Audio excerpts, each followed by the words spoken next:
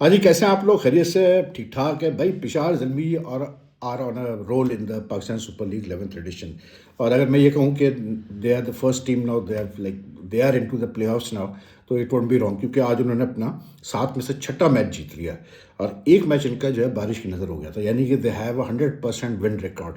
और आज भी बड़े आसानी से उन्होंने कोयटा ग्लैडिएटर्स को हराया जी। कैसे बोलते हैं, 8 विकेटों से, और 154 से चेस कर रहे थे, और वो उन्होंने कंप्लीट कर दिया with 9 balls to spare. More importantly, the captain Babar Azam, he scored 71 not out, and that too at a strike rate of 139.12, which is very very good for Babar Azam, क्योंकि बाबर आजम जिस strike rate पे खेलते हैं उमूमन सबको ही पता है उसके बारे में। तो उस हिसाब से अगर आप देखें तो 139 का स्ट्राइक रेट बाबर आजम के लिए बहुत है। एक टाइम पे तो जब वो और हारिस ने ओपनिंग की पिशार जलमी की, तो he was out scoring Mohammad Haris. Strike rate was much higher than much better than Mohammad Haris also. तो कमाल हो गया भाई, आज तो बाबर आजम का दिन था। और 10 चौके लगाए बाबर ने, लेकिन एक भी छक्का नहीं लगाया। जो कमाल की चीज़ थी ना, वो ये थी कि मतलब 38.3 ओवर्स का खेल हुआ दोनों इनिंग्स में, और टोटल 3 छक्के लगाए हैं। मतलब ये नहीं कि आप सोचें बाबर 71 कर गया विदाउट अ सिक्स, ठीक है। और एक छक्का जो लगाया वो उसने सऊद शकील ने पहले लगाया, जब कोयटा ने बैटिंग की थी, और उसके बाद फिर एक ख्वाजा नाफे ने लगाया था, और उसके बाद एक फिर जो है मोहम्मद हारिस ने लगाया, यानी कि 3 छक्के टोटल 38 ओवर में पड़े। ऐसी पिच नहीं थी। अगेन आई से दिस, मैं बार बार ये चीज़ कह रहा हूँ कि भाई कराची की पिच में ऐसा कोई डिमेंस नहीं है, लेकिन it just shows the where Pakistan cricket as far as T20 cricket is concern, where Pakistan cricket is like falling back. मतलब some players have made a effort to improve themselves, to मतलब learn the art of power hitting and all this sort of stuff, लेकिन generally हमारे वहाँ अभी तक वो concept नहीं, वो लड़कों को चीज़ समझ में आके दे रही। अब 3 छक्के यार, अगर आप सिर्फ 38 ओवर्स में लगा रहे हैं, तो then you get the answer why Pakistan is not winning any ICC T20 world cup title, और why Pakistan is not in the among the is not top in the T20 what you call it rankings. लेकिन चले छक्के एक तरफ करें, लेकिन ये है कि मतलब it was another very good win for Peshawar Zalmi, and they should be in the, they are basically in the playoffs. बाकी एक और इंटरेस्टिंग चीज़ जो थी वो आज थी, जो टीवी एम्पायर साहब थे, अपना क्या कहते हैं, अपना प्रोफेसर नासिर हुसैन साहब। मैंने इत्तेफाक से दोनों ही उनकी रूलिंग्स देखी। जब उनकी तरफ रेफर हुई, एक था शमाल हुसैन का रनआउट था, ठीक है। रिप्ले पे जब एक तो जो ब्रॉडकास्ट, जैसे मैं बार बार कहता हूँ, हमारी जो ब्रॉडकास्ट क्वालिटी है PSL की, इनके पास शायद उतने कैमराज नहीं है, या शायद वो मतलब अरेंजमेंट नहीं है, ये इतने एंगल से दिखा नहीं पाते हैं। जब एम्पायर रिप्ले मांगता है तो एम्पायर भी बेचारा मतलब मजबूर होता है कि उसको भी 2-3 एंगल से डिसाइड करना पड़ता है। लेकिन एनीवे, जो शमाइल का रनआउट था, वो मतलब यार बड़ा ऑब्वियस सा नज़र आ रहा था कि like his bat was on the line when the ball hit the stumps, when the bails came up, so he was basically out. उसके बाद फिर जो है मतलब दूसरे एंगल से एक देखा, फ्रंट एंगल से देखा, उसमें वो आउट लग रहा था। फिर रिवर्स एंगल से देखा तो उसमें हल्का सा जो है बल्ला आगे पीछे मतलब हो रहा था, लेकिन उसमें भी वो आउट लग रहा था, क्योंकि बल्ला क्रॉस होना चाहिए प्रॉपर आपका लाइन, बैट्समैन का लाइन से, जब आप कैसे बोलते हैं मतलब स्टम्प्स डिसलॉज होने से पहले, और वो हुआ नहीं था। लेकिन बहरहाल एम्पायर इज ऑलवेज राइट, तो एम्पायर ने उसको नॉट आउट दे दिया, मतलब बेनिफिट ऑफ डाउट दिया। अच्छा, मैं हैरान था, मैंने कहा यार ट्रेन सी बात है, लेकिन बहरहाल चलो। उसके बाद एक शमाल हुसैन ने कैच लिया बाउंड्री पे, ठीक है, उसका मोहम्मद हारिस का, जब जल्मी ने बैटिंग की। अगेन शमाइल ने जब कैच लिया तो उसने मतलब बॉल, उसके कैच लेते लेते वो बाउंड्री की तरफ गया, तो उसने बॉल उछाली, और जो आजकल होता है जैसे फील्डर्स करते हैं, एक्रोबैटिक्स करते हैं, उसने बॉल उछाली, अंदर चला गया, और फिर बाहर आके उसने बॉल पकड़ी, थोड़ा सा मतलब कैसे बोलते हैं, बॉल उसके हाथ से निकली भी, लेकिन उसने पकड़ लिया।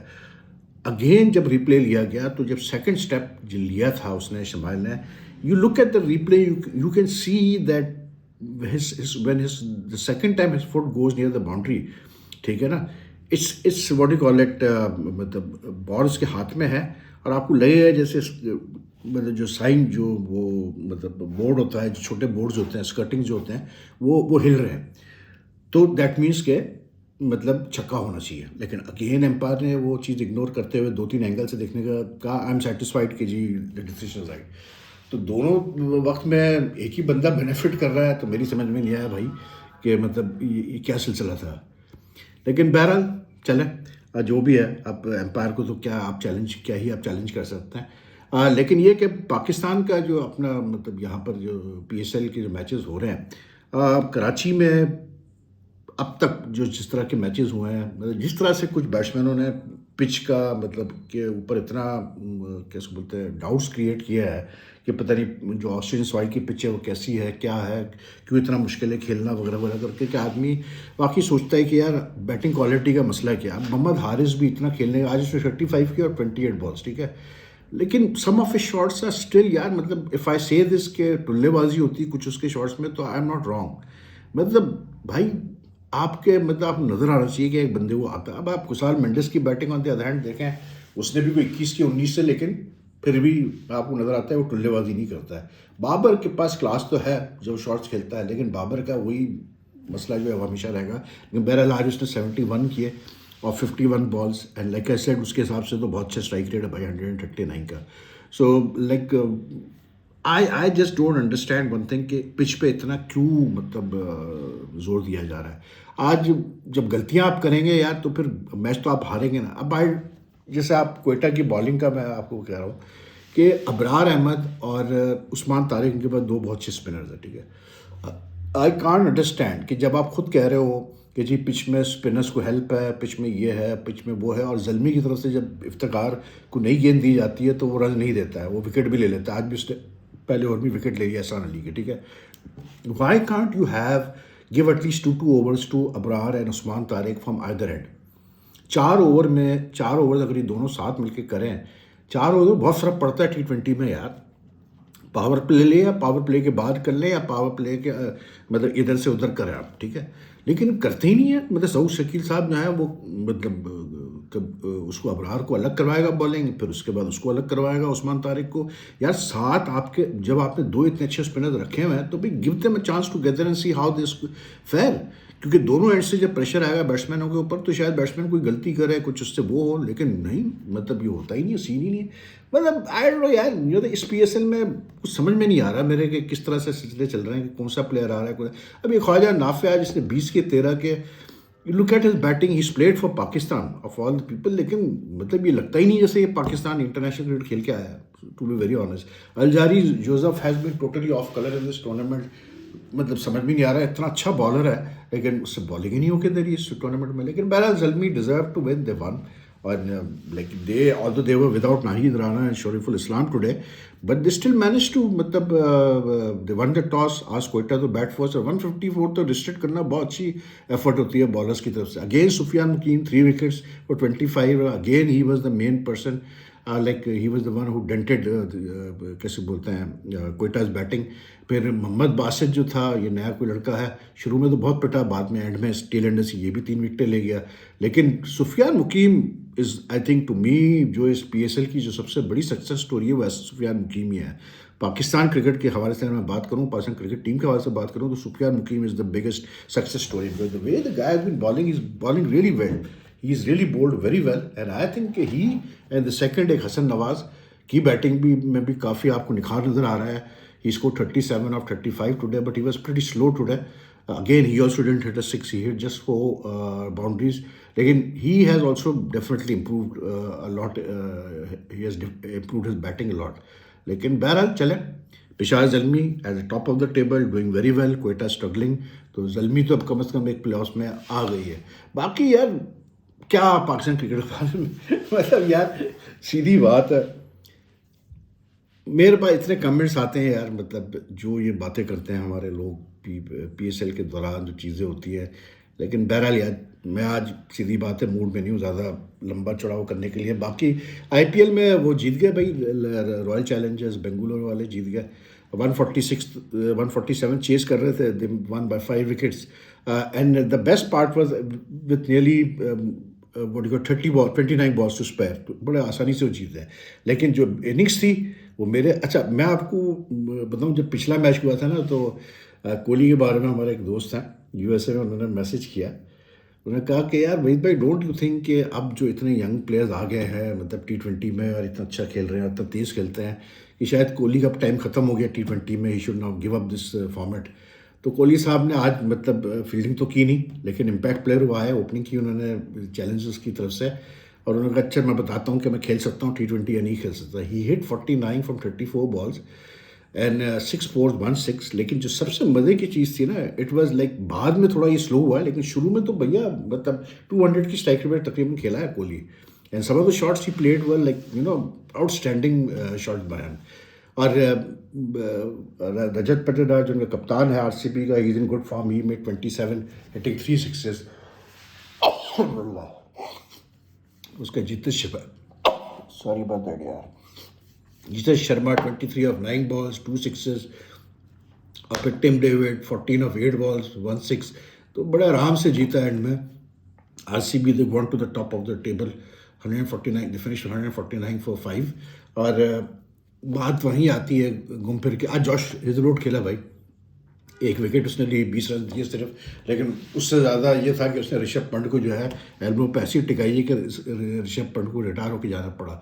ऑनेस्टली स्पीकिंग एलएसजी की टीम, मतलब इतने स्ट्रॉन्ग प्लेयर्स इनके पास, जैसे आपके पास Nicholas Pooran, Aiden Markram, Rishabh Pant और मिचेल मार्श जैसे प्लेयर्स हो, तो you would wonder, like Mohammad Shami and all these guys, you would say कि यार ये तो टीम बहुत अच्छी टीम है. और टीम वैसे ऑन पेपर अच्छी है, लेकिन मसला ये होता है कि जब आपके कुछ प्लेयर्स की प्लेयर्स फॉर्म में ना हो तो फिर मसला आता है. अब ये जो वो है, क्या कहते हैं, निकोलस पूरन, इससे रन नहीं हो रहे ना.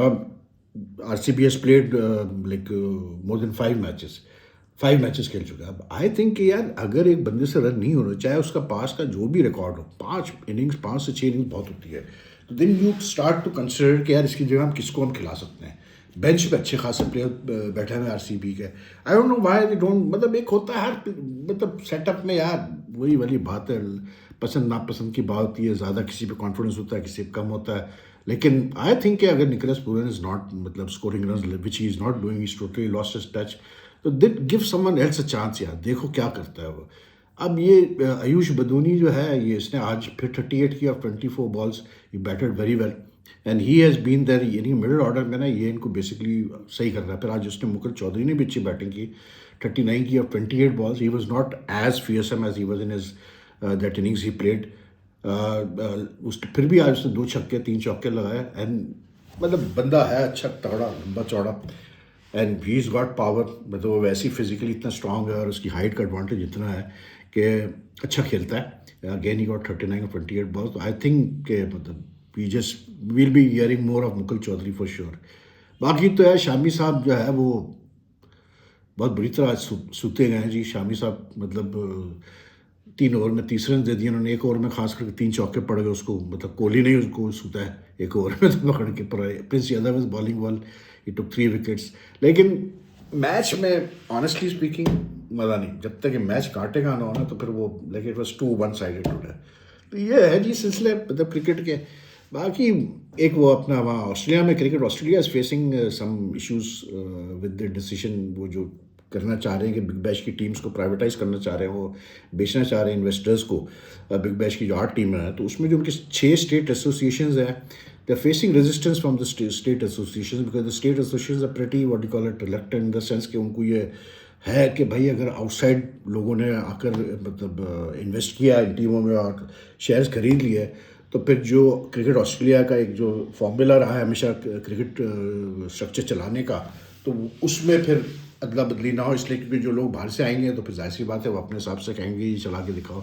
एनीवे अभी वो डिसाइड नहीं हुआ है, बट आई थिंक 1-2 दिन में वहाँ पर भी cricket Australia has to take a decision.